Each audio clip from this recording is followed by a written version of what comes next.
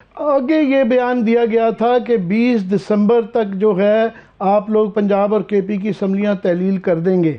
अभी इस तरह के इशारे आ रहे हैं कि इसके अंदर मज़ीद डिले होने जा रही है, और परवेज़ इलाही साहब के ख़ास तौर पे जो बयानात और जो डेवलपमेंट हो रही हैं, एक तो आपका एक तरफ आप लोग कह रहे हैं कि जनाब असम्बलियाँ तहलील करने जा रहे हैं, एक आज ख्याल कास्त्रो साहब ने वहाँ पे हल्फ भी उठा लिया है वज़ीर के तौर पे, आपके एमपी हैं फैसलाबाद से, और वहाँ पे फिर बलीगर रहमान से जो है मुलाकात हो रही है परवेज़ इलाही साहब की, और वो कह रहे हैं कि असम्बली बड़ी मजबूत है, और वो ओपनली कह रहे हैं कि जनाब मैंने समझाया है, मशवरा दिया है कि इतनी जल्दी ना करें। तो ये 20 तारीख से तो होता नहीं नज़र आ रहा, कब तक ये होने की उम्मीद है अगर if at all it happens?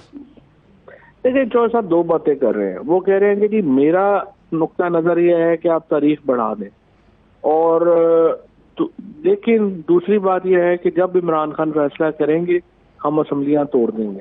अब अगर वो दोनों बातों के ऊपर अपनी पे कायम रहे, उन्होंने मशवरा दे दिया है, इमरान खान ने उस मशवरे को कंसिडर कर लिया है, लेकिन इमरान खान कहते हैं कि नहीं, हमने रमज़ान से पहले जो है वो नए इलेक्शन करा के हुकूमत अपनी लानी है। तो अब चौधरी परवेज़ इलाही साहब के पास जाहिर है कि ऑप्शन होगी, वो इमरान खान के साथ चलते हैं आगे या नहीं चलते हैं। सो PMLQ हमारी इत्तेहादी पार्टी है, हमारी ख्वाहिश है कि वो हमारे साथ चले, और हमें उम्मीद भी यही है, हमें यकीन भी यही दिलाया गया है। सो आई होप कि जो असम्बली तोड़ने का फैसला है वो उसको बरकरार रखें। आपके जवाब से थोड़ा सा ना उसके अंदर तामुल नज़र आ रहा है कि आपको भी शक है कि परवेज़ इलाही साहब लास्ट मिनट में जैसे PDM से भी बात करके बैकआउट करके आपकी तरफ आ गए थे, तो आप सिर्फ उम्मीद ही है, अब आपको यकीन नहीं नज़र आ रहा कि ऐसा हो पाएगा? नहीं देखिए, उन्होंने हमें यकीन दिलाया है, लेकिन जो उन्होंने अपनी ओपिनियन दी है दो तीन ये टीवियों के ऊपर, जाहिर है कि उससे एक सवाल तो पैदा होता है ना कि वो कह रहे हैं कि जी हम रखना चाहते हैं, अब PTI नहीं रखना चाहती। अब जाहिर है कि उन्होंने फिर अपनी पॉलिटिक्स में फैसला करना है ना कि उन्होंने हमारे साथ चलना है। और जो मेरे नज़र में PDA ये जो PMLQ है, उसका फायदा यही है कि वो PTI के साथ चले, क्योंकि सिर्फ उसी सूरत में जो उनकी सीटें हैं अगले इलेक्शन में वो महफूज है। अगर वो चलेंगे तो उनको फायदा है, और मुझे उम्मीद यही है स्पेशली मोहन इलाही साहब से कि वो ये नून लीग की तरफ नहीं जाएंगे। वो बिल्कुल आपकी अपनी, मगर मुझे मुझे इमरान खान की जो मुलाकात उनकी हुई है PTI चेयरमैन की सोशल मीडिया के कुछ यूट्यूबर्स से, और वहाँ पे उनका ये चल रहा था कि ये तासुर उनको मिला है कि इमरान खान भी राज़ी हैं कि ये 20 दिसंबर से आगे जा सकती है, वो इतनी जल्दी में वो भी नहीं है, और परवेज़ इलाही के मशवरे को उन्होंने भी संजीदगी से लेना शुरू कर दिया है। नहीं, ऐसी कोई बात नहीं। इमरान खान क्लियर है, आज भी जो सीनियर हमारी मीटिंग हुई है हम उसमें क्लियर है, 20 मार्च से पहले हम नया सेटअप चाहते हैं दोनों से। तो 20 दिसंबर की जो आपने डेट दी थी तहलील होने की, वो अभी तक उस पर कायम है आप? बात यही बनता है 20, 21, 22, इससे आगे नहीं जाएंगे। अच्छा, लास्टली ये सरवत भी पूछना चाह रही हैं आपसे क्वेश्चन कि सदर पाकिस्तान से आज इसहाक डार साहब की मुलाकात हुई, ये तीसरी मुलाकात है।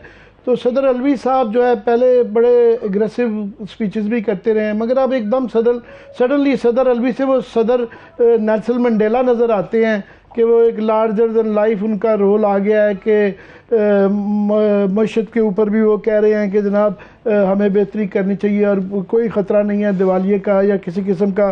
फिर वो कह रहे हैं कि मैंने इमरान खान को मशवरा दिया है कि अब जो सेटअप आया है वो फ़ौज के अंदर वो सियासत से दूर रहना चाहते हैं। तो ये जो अलवी साहब का ये एकदम से, तो ये बैक डोर तो नहीं, फ्रंट डोर मीटिंग्स हो रही है, इसका कोई नतीजा भी निकलेगा? पहली बात तो यह है कि आई मस्ट से कि सदर आरिफ अलवी ने पाकिस्तान में सदर का जो ओहदे का वकार है उसको बहाल किया है, और बड़े अरसे के बाद पाकिस्तान को एक ऐसी शख्सियत मिली है जो कि सदर ममलिकत के किरदार को भरपूर तरीके से निभा भी रहे हैं, और उन्होंने इस ऑफिस की इज्जत में इजाफा किया है। अब जो वो गुफ्तगू उन्होंने की है वो बिल्कुल एक स्टेट्समैन की मशवरे है बात की है, वो अपने ओहदे की को मद्देनजर रख के ही बात करते हैं इमरान खान साहब से। और दूसरी तरफ उन्होंने जो तरीके इंसाफ के साथ इमरान खान के साथ अपनी मोहब्बत, अपनी वफादारी और अपना जो एक ताल्लुक निभाया है, वो उसके ऊपर भी पीटीआई में भी उनकी बहुत इज्जत और इज्जत में इजाफा हुआ है। जिस स्पेशली जब आर्मी चीफ की समरी थी तो उन्होंने वाज़ेह कहा कि जब तक इमरान खान इसकी अप्रूवल नहीं करते तो मैं साइन नहीं कर सकता।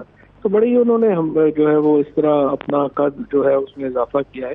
और मैं ये समझता हूँ कि ये जो अभी भी वो बातें कर रहे हैं वो पाकिस्तान के इंटरेस्ट में है और उन्हीं को ही लेके आगे चलने में फायदा। ठीक है। अच्छा फवाद शाह साहब, मैं अरशद शरीफ साहब के केस से मुतालिक तो आपसे सवाल करूंगी लीगल ग्राउंड्स के ऊपर, मगर उससे पहले चूंकि सदर आरिफ अलवी साहब से मुतालिक आप और आमिर साहब बात कर रहे हैं, आरिफ अलवी साहब इस वक्त तहरीक इंसाफ को डेफिनेटली रिप्रेजेंट कर रहे हैं और इसहाक डार साहब से इलेक्शंस के हवाले से भी उनकी बात हुई है कि अवामी मैंडेट के लिए इलेक्शन वाहिद रास्ता है।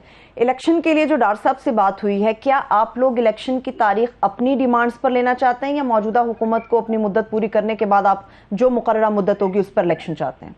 लेकिन जी फ्रेंकली हमें इलेक्शन की डेट में प्रॉब्लम नहीं है।